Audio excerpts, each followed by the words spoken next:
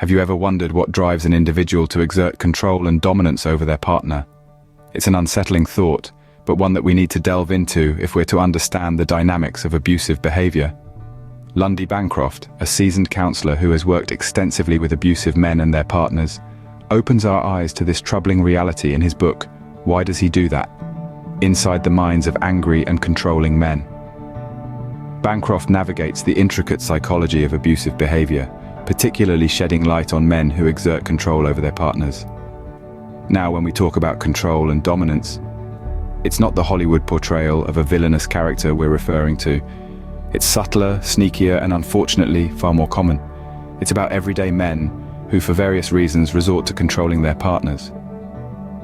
Bancroft believes that a deep-seated need for power and control is the root cause of this behavior. This doesn't stem from mental health issues, uncontrollable anger, or the effects of drugs or alcohol, as is often misconstrued.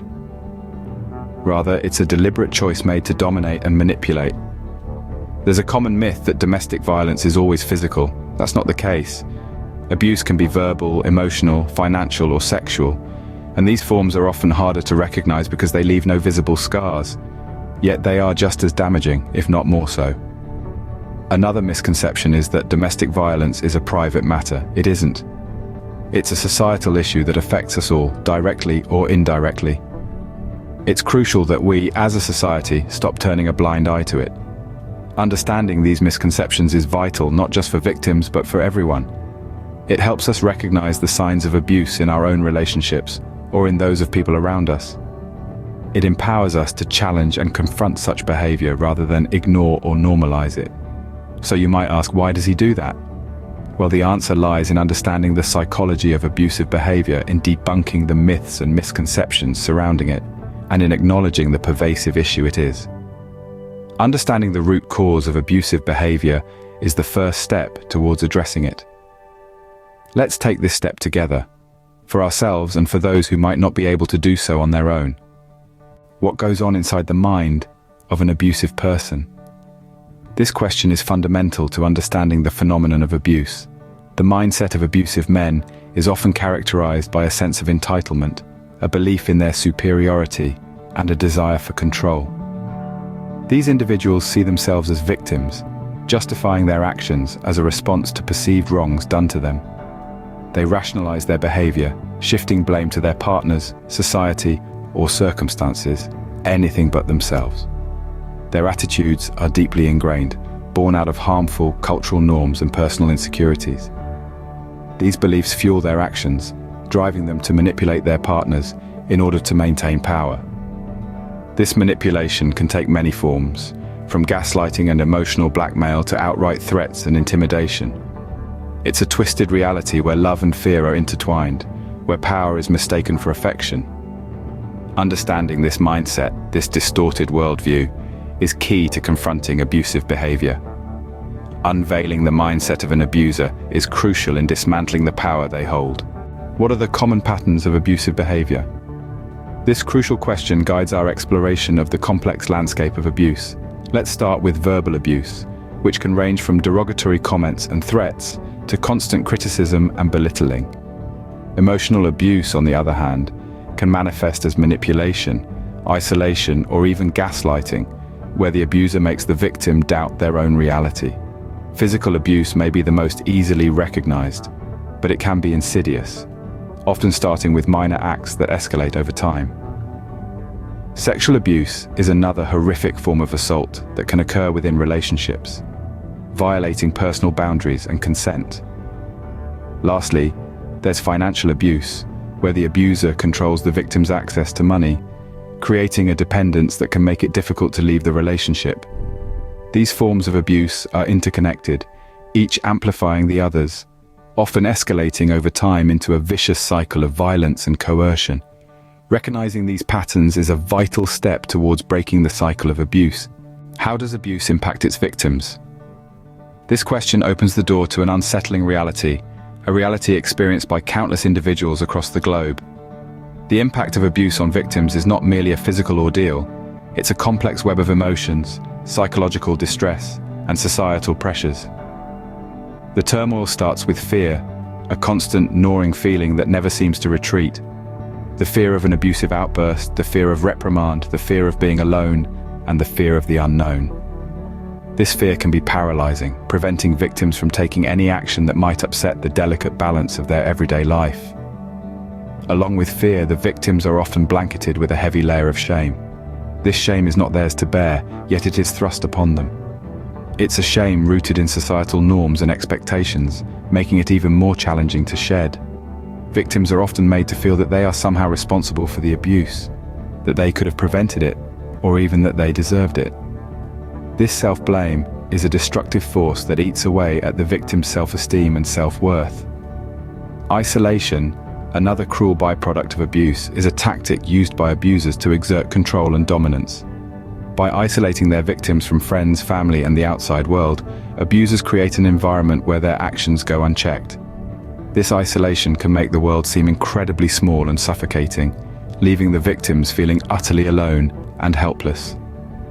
The barriers that prevent victims from seeking help are numerous and multifaceted. Financial dependence on the abuser, social stigma, and psychological manipulation are just a few of these obstacles. They are walls that seem insurmountable, trapping victims in a cycle of abuse that feels impossible to break free from. But let's be clear, these barriers are not invincible, and victims are not powerless. It's essential to remember that the strength it takes to endure such circumstances is immense, and with the right support, victims can overcome these hurdles. Understanding the impact of abuse on victims underscores the urgency of addressing this issue. Let's not turn a blind eye to this reality. Let's face it head-on, armed with empathy, understanding, and actionable solutions. How can we confront and challenge abusive behavior? This is a question that many of us grapple with. In his insightful book, Lundy Bancroft offers a number of strategies. Firstly, it's crucial to hold the abuser accountable for their actions. This means not making excuses or downplaying the severity of their behavior. It's about recognizing abuse for what it is, a deliberate choice to exert power and control. Secondly, it's important to challenge the abuser's rationalizations. This involves debunking their justifications and excuses, and exposing the manipulative tactics they use to maintain their control. Furthermore, Bancroft emphasizes the need to support the survivors. This is not just about offering sympathy, but also about providing practical resources and emotional support to help them regain their autonomy and rebuild their lives. Lastly, we must remember that challenging abusive behavior is not solely the victim's burden. It's a collective responsibility that we all share. Challenging abusive behavior is a collective responsibility that we all share. How can we break the cycle of abuse? This question echoes in the halls of every home where dominance and control have cast a dark shadow. It's crucial to understand that breaking this cycle is not just about individual change, but a societal shift. Abuse is not an isolated incident, it's a pattern, a cycle that can span generations. It's a learned behavior, often handed down from parent to child. Therefore, to break this cycle, we need to unlearn and relearn. Education and awareness are the keys. We need to teach our children about respect, consent, and healthy relationships. We need to challenge the societal norms that perpetuate abuse and make it seem acceptable or normal. We must empower individuals to recognize and resist abusive behavior. This includes providing them with resources, support, and the tools they need to remove themselves from harmful situations. Breaking the cycle of abuse is not just possible, but essential for a healthier society. Because every person deserves to live free from fear and control.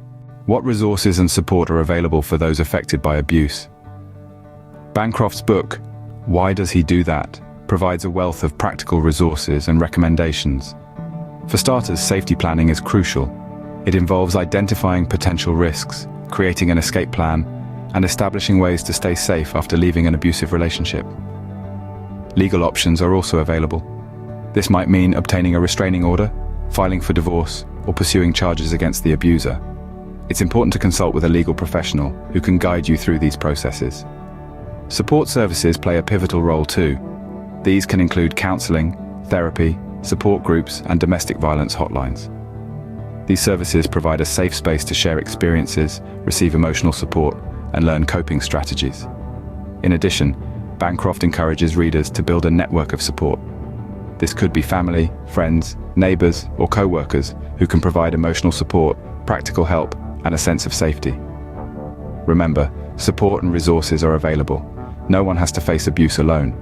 Is it possible for abusers to change? It's a question that has sparked debates and discussions, and the answer is not a simple yes or no. Change is indeed possible, but it is far from easy.